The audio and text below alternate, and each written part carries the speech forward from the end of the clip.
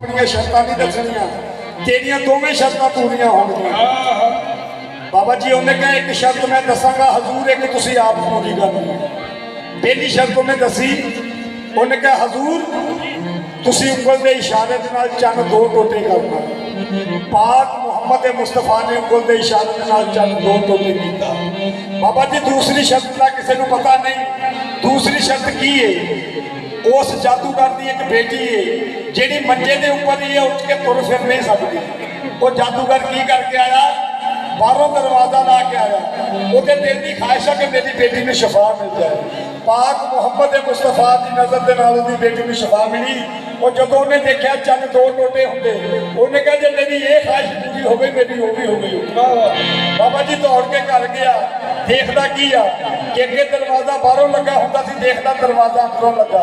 उन्हें दरवाजा खड़काया, उसकी बेटी जी लाचार मंजे के अंदर पई सी, उन्हें उठ के दरवाजा खोलिया। जो अपनी बेटी वाल वेख्या तो दोनों ही बाप बेटी पता की कहते, सरदारिया